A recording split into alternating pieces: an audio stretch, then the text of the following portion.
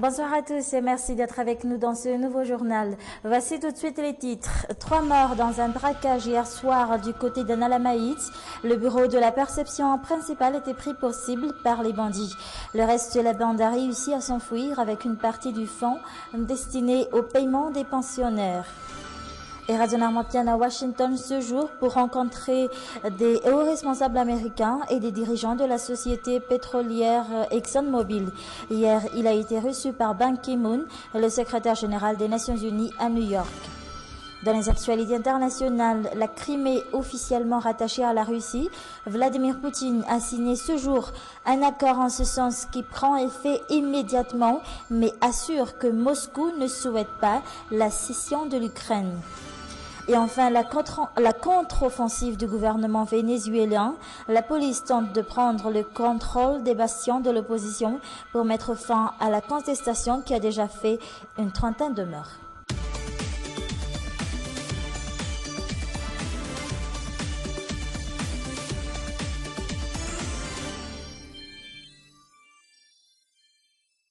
Ils étaient 19h15 hier soir lorsque des tirs nourris ont retenti du côté de Nalamaït, semant la panique auprès des habitants de ce quartier. La perception principale de Nalamaït a été prise pour cible par des bandits lourdement armés. Ils en voulaient à la paie des fonctionnaires à la retraite. Alertés, les forces de l'ordre arrivent sur place et font face à ces bandits. Bilan de l'affrontement assez violent, 3 morts parmi les bandits. Le récit de Mambao Kafechanian et de Yves Chanel. Les tirs venaient de s'arrêter il y a quelques minutes. Bilan de l'affrontement entre la police et les malfaiteurs. 3 corps criblés de balles jonchés sur la route. Ils ont été gravement touchés à la poitrine. Le sang a coulé. L'affrontement était d'une telle puissance.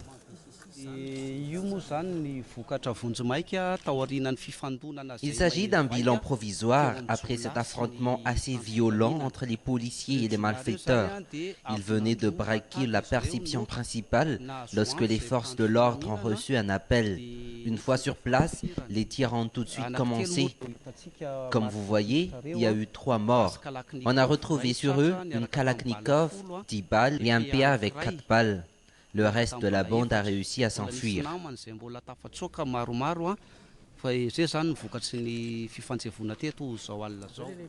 Voici l'un des sacs remplis d'argent par les bandits.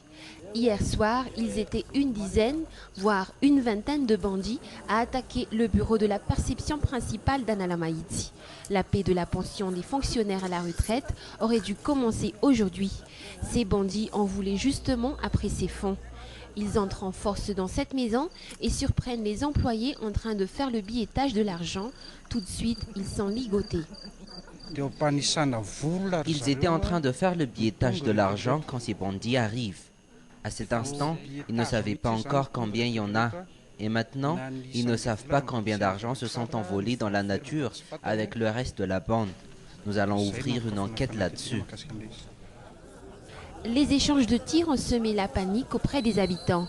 Des traces de balles sont visibles sur ce taxi de marque Renault ayant stationné dans les parages au moment des faits. Tel un film d'action digne de Hollywood, le chauffeur de taxi raconte les faits. L'un des bandits est mort, criblé de balles sur le siège arrière de son véhicule.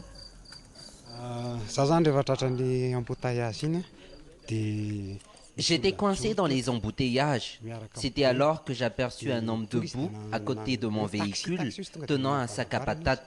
Il a tout de suite crié « taxi, taxi » et a ouvert la porte et est entré à l'arrière. Quand soudain, on lui a tiré dessus, j'étais encore assis et les tirs ont continué dans son dos. À ce moment, le moteur était coupé à cause de l'embouteillage. Puis un policier est apparu, il m'a fait sortir du véhicule et m'a demandé de le suivre par derrière. Un autre policier arrive, ouvre cette porte et trouve le corps sans vie du bandit.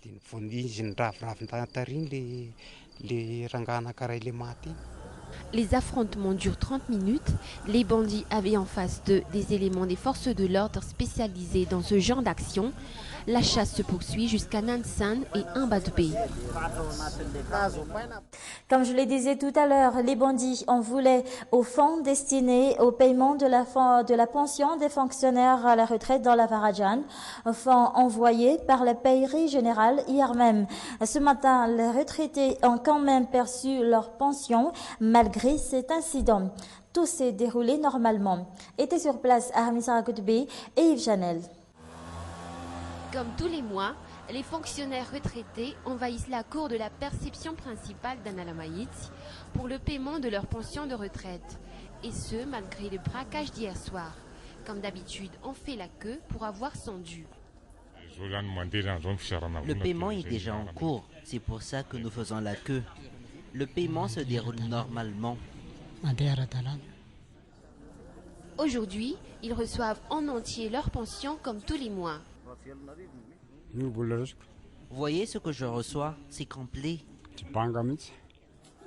Seule la présence de plusieurs éléments des forces de l'ordre assurant la sécurité durant le paiement confirme qu'il y a eu réellement un braquage hier soir dans ce bureau. Ce sont des policiers armés. Ils ont été postés à l'extérieur du bureau. À mon avis, leur effectif n'est pas suffisant. C'est la première fois qu'ils sont là. Avant, il n'y a pas eu ce dispositif de sécurité. Ce matin, les 2 caisses de la perception ont été ouvertes. Tout le personnel ou presque vaquait normalement à leur travail. Le premier responsable de la perception principale a déclaré que le paiement de la pension de ces retraités était assuré. Nous avons cherché des solutions au niveau de la pairie générale qui prend sous sa tutelle la perception principale d'Analamaït. Nous avons obtenu le fonds nécessaire pour payer la pension des retraités d'Avaradjan. Nous avons effectué le convoi ce matin même. Jusqu'ici, on ignore combien ont raflé le reste de la bande hier soir, après avoir échappé aux forces de l'ordre. La police nationale est déjà en train d'enquêter à ce sujet. De son côté, le Trésor mène aussi sa propre investigation pour savoir qui est le cerveau de cette opération. Le président Iradjon Armapian est depuis ce jour à Washington aux États-Unis pour s'entretenir avec des hauts responsables américains et des dirigeants de la société pétrolière ExxonMobil. Hier, le chef de l'État a rencontré l'ambassadeur des États-Unis auprès des Nations Unies et conseillère spéciale du président Obama, Samantha Power. L'occasion pour la représentante du président américain de demander au chef de l'État malgache la structure du prochain gouvernement. Elle s'est également enquise de l'ouverture promise par le président Iradjon Armapian. Ce dernier lui a répondu que l'ouverture se fera en direction des partis politiques et des politiciens des différentes régions et de tous les Malgaches, et que le Premier ministre sera nommé à son retour des États-Unis. Samantha Power a assuré qu'elle va soutenir Madagascar auprès des instances internationales et du gouvernement américain pour la reprise notamment de l'AGOA. Le président malgache a été ensuite reçu par le secrétaire général des Nations Unies Ban Ki-moon. L'après-midi, le numéro 1 malgache a reçu à son hôtel Hélène Elizabeth Clark, administrateur du PNUD. La Direction générale des impôts a décidé de relancer les luttes contre les ventes sans facture, une des raisons de la baisse de la recette fiscale selon le directeur général des impôts. En réaction à cette décision, des commerçants d'Andjavouank ont décidé d'observer un mouvement de grève. Ils contestent notamment la présence des éléments des forces de l'ordre durant les contrôles et surtout, ils refusent d'utiliser des factures dans leur commerce.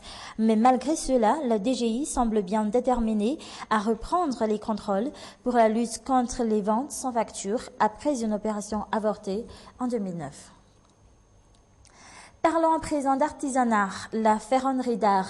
Depuis une dizaine d'années, un ancien éducateur sportif s'est reconverti en ferronnier d'art. Depuis, il vaut une véritable passion pour ce métier. Ses produits de décoration s'exportent bien à l'étranger et aujourd'hui, son atelier fait vivre une 50aine de familles en difficulté. Mambao Kafechanyan et Nzaran Jiansu ont rencontré cet artisan hors norme. Un petit village non loin du centre-ville, un village surtout connu pour la ferronnerie d'art. Bienvenue dans le domaine de Dieudonné. La ferronnerie d'art a rendu célèbre Dieudonné et toute sa famille. Pourtant, il était un éducateur sportif avant de se reconvertir en ferronnier d'art. Il faut chauffer d'abord le fer et voilà le produit quand il est achevé, il est déjà bien ciré. Sa vaste propriété devient un véritable atelier, un atelier de ferronnerie d'art. Aujourd'hui, David, un des artisans de Donné, doit forger un bœuf avec ses collègues. Il s'agit des bœufs dans l'émission de Je Somanaï. Des étrangers ont copié ce modèle sur un papier et nous l'ont montré. Et c'est ce qu'on va reproduire. David fait ce métier depuis plus de 10 ans. Il a appris toutes les ficelles du métier chez Donné. Aujourd'hui, il connaît par cœur toutes les erreurs à ne pas commettre dans ce travail d'artisan. Il faut à tout prix qu'on reproduise exactement les modèles de nos commandes. C'est la base même du métier. Mais si c'est une création, là on doit faire parler notre talent. Mais il faut aussi être soucieux des moindres détails à 1 millimètre près.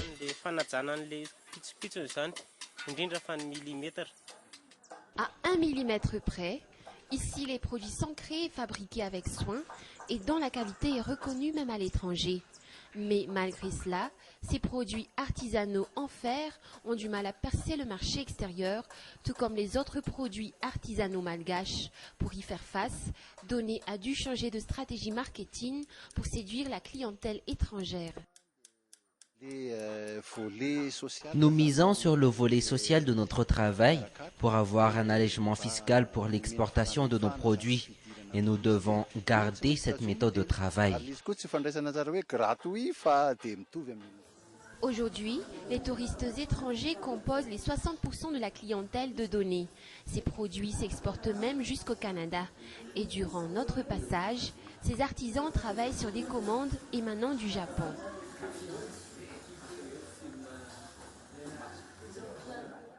Passons maintenant aux actualités internationales. La Crimée, officiellement rattachée à la Russie, le président russe Vladimir Poutine a signé ce jour avec les nouveaux dirigeants pro-russes de Crimée un accord historique sur le rattachement de cette péninsule du sud de l'Ukraine à la Russie qui prend effet immédiatement. Cette signature a eu lieu après un discours du président russe devant les 2 chambres du Parlement, les gouverneurs et les membres du gouvernement russe.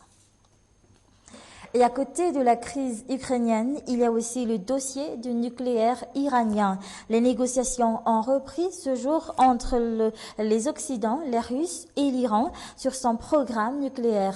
Une deuxième réunion visant notamment à transformer l'accord temporaire en une solution durable. France 24. Un mois après la reprise des pourparlers, les échanges entrent dans le concret à Vienne.